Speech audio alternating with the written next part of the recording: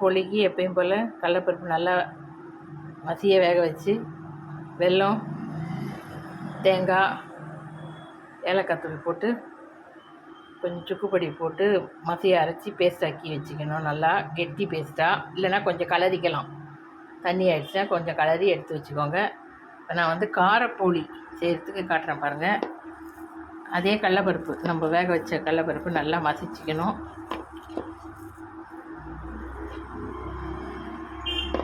கூடவே உருளைக்கிழங்கு வேக வச்சு நல்லா மசிச்சுக்கோங்க. எல்லாமே நல்லா மசிச்சிக்கணும்.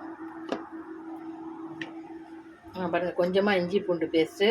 ஏன் இது பச்சை கலராக இருக்குதுன்னு பார்ப்பீங்க. இஞ்சி பூண்டு பேஸ்ட்டோடு எப்பயுமே நீங்கள் அரைக்கும்போது கூடவே கருவேப்பிலை, பச்சை கருவேப்பிலையை போட்டு அரைச்சிட்டிங்கன்னா அது வந்து நல்லா உங்களுக்கு இஞ்சி பூண்டு பேஸ்ட் வதங்குற அளவுக்கு கருவேப்பிலையும் வதங்கணும்.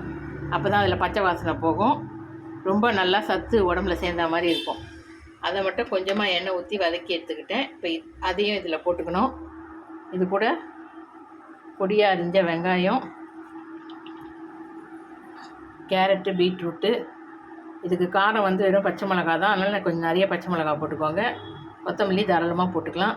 எல்லாத்தையும் போட்டு நல்லா மிக்ஸ் பண்ணி உருண்டை பண்ணி, அதே மாதிரி தான்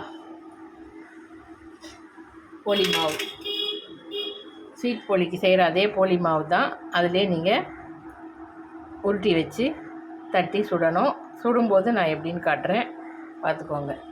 இதெல்லாம் தான் மிக்சிங். இஞ்சி பூண்டு பேஸ்ட், கொஞ்சம் கடலப்பருப்பு, இதெல்லாம் நல்லா மசிக்கணும். கையில் போட்டு நல்லா மசிக்குங்க. உருளைக்கிழங்கு, அதுக்கப்புறம் பச்சை மிளகா நல்லா குருவாக கட் பண்ணிக்கணும். நான் வந்து பாருங்கள், இல்லைனா சாப்பரில் போட்டு நல்லா கட் பண்ணிக்கோங்க. இல்லைனா தட்டும்போது அடிப்படும். இதே மாதிரி செஞ்சுக்கோங்க.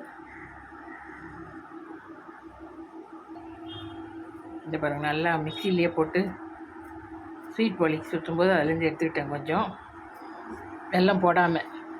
இதுதான் இதுக்கு பைண்டிங் ஏஜென்ட்டு. அதனால் இதை போட்டுட்டு